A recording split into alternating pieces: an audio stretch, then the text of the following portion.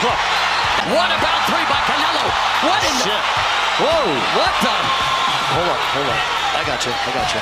We had one of the trainers fall into our laps here, and it is chaos at ringside.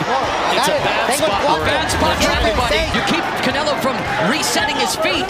Then you have... And defending unified super middleweight champion of the world, introducing Saul Canelo Alvarez. And the current undefeated WBO welterweight champion of the world, introducing Terrence Bud Crawford. Ladies and gentlemen, after 12 rounds of action, we go to the scorecards. We have a unanimous decision. Max DeLuca both scored about 118 to 109. All three in favor of the winner. He is still undefeated. Terrence Bud Crawford.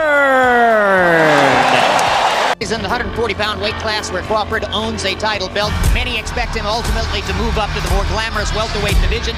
He's not going to have his way. He's not going to be able to be comfortable the way that everyone else has allowed him to be comfortable. This is the big test. Now the test is coming, and we'll see what happens. I truly believe, that, anything can happen in boxing, you know what I'm saying? And Terrence Crawford is a legend. He's a great fighter. Has Canelo even been hit half as hard as you can hit him? I don't think so. There's nobody that he's been in the ring with that's going to hit him as hard as I'm going to hit him. So, he had a long time. He has the speed and power, and like I said, the know-how, the leadership. He has all the tools, of a great fighter.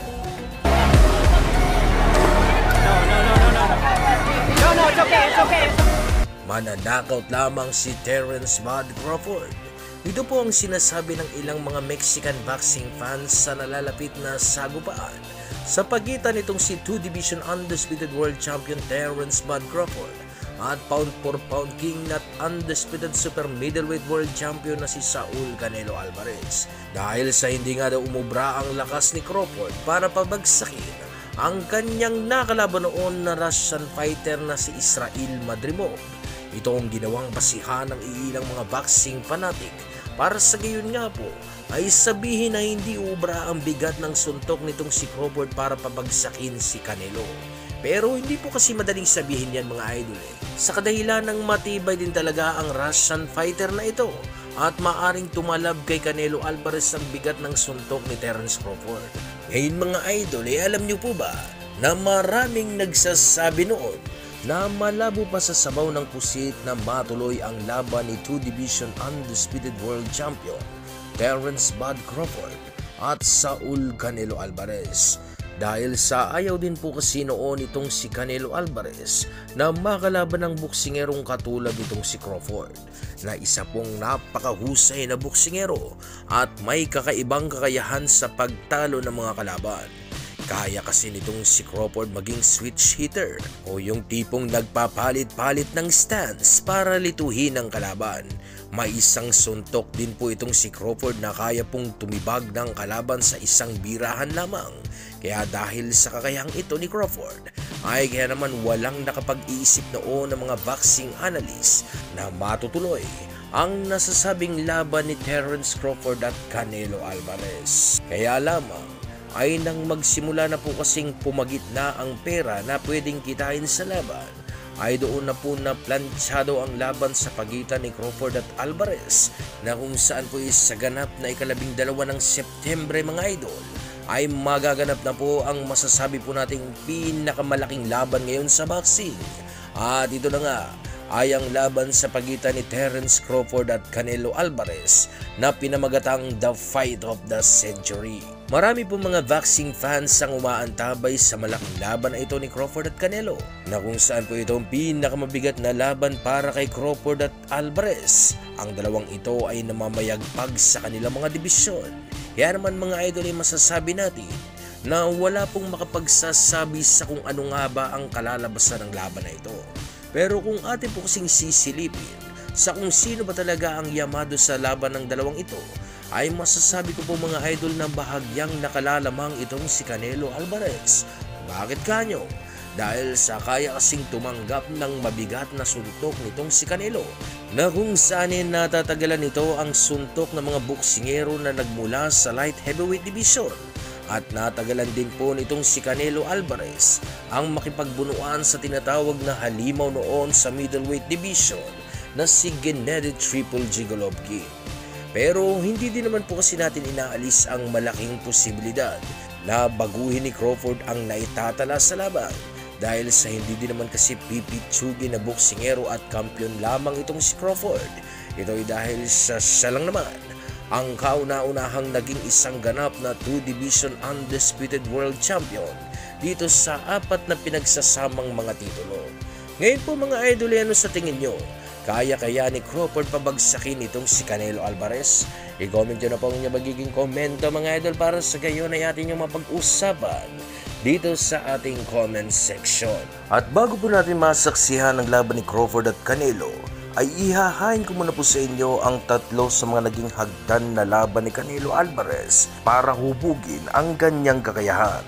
Unahin na po natin ang laban nito sa kapwa undefeated na si Gabriel Martinez na mayroong kartada na 17 panalo walang talo at may 12 na knockout dito sa kanyang 17 na ipanalo mga laban. Maganda ang laban na ito mga idol dahil sa dito po kasi nasubok ang katatagan ni Canelo Alvarez.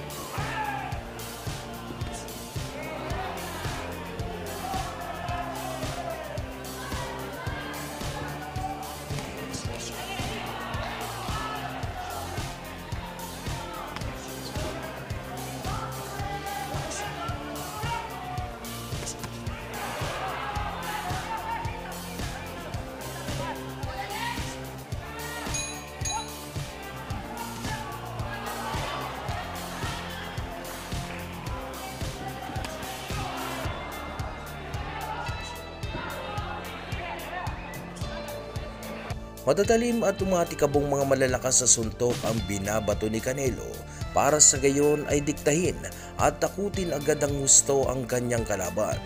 Halimaw na Canelo Alvarez ang nagpapakilala dito sa harapan ng kanilang mga kababayan na kung saan ay parabang gusto nitong kainin ng buo ang kanyang kalaban.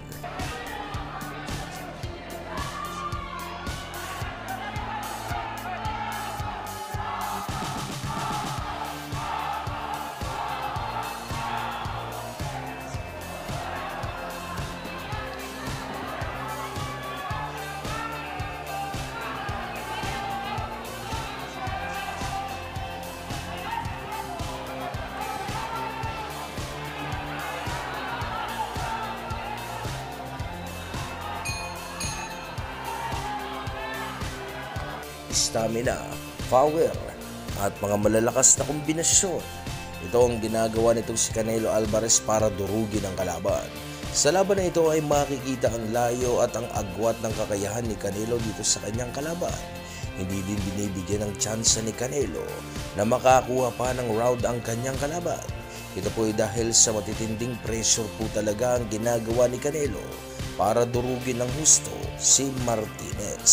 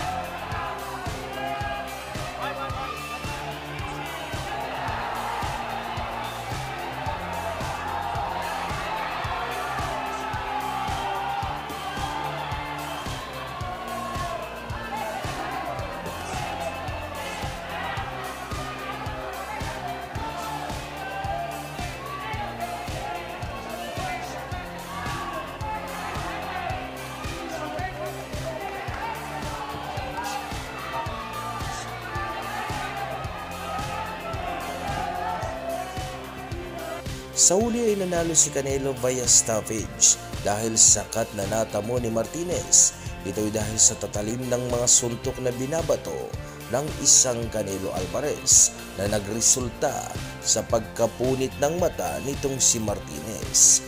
Sunod ba natin mga idol ang sunod na mabigat na laban ni Canelo Alvarez nung siya ay nagsisimula pa lamang, kung saan ay nakakalaban niya rito mga idol ay itong kapwa niya ulit na Meksikano at ito ay si Miguel Vasquez.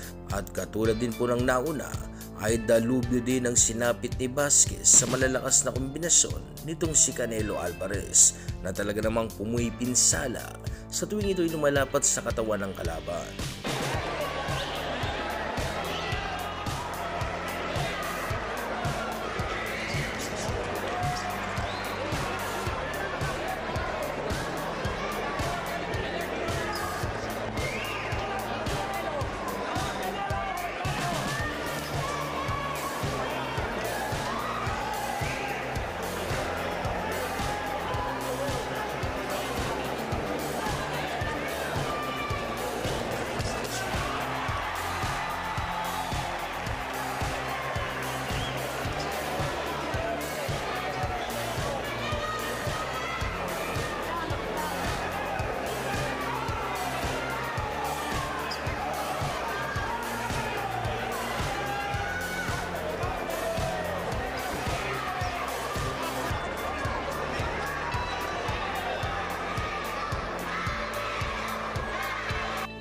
Bagamat nag-iisang dominanteng boksingero itong si Canelo, ay hindi rin po basta-basta na boksingero lamang ang nakaharap ni Canelo dahil sa nakikipagsabayan din po kasi ito sa tuwing si Canelo Alvarez ay pumapasok sa kanyang depensa.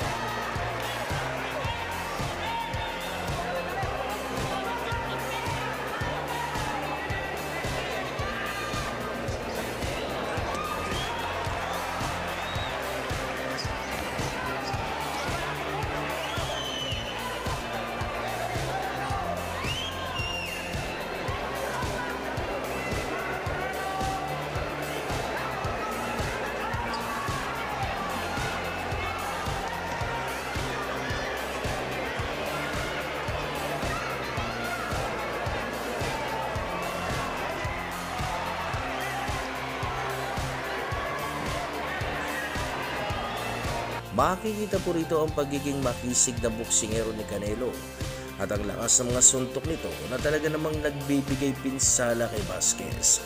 Bagamat bagito pa itong si Canelo sa pagkakataong ito, ay hindi kasi itong naging dahilan para mamamagitan sa laban ang mas eksperyensado niyang nakalaban.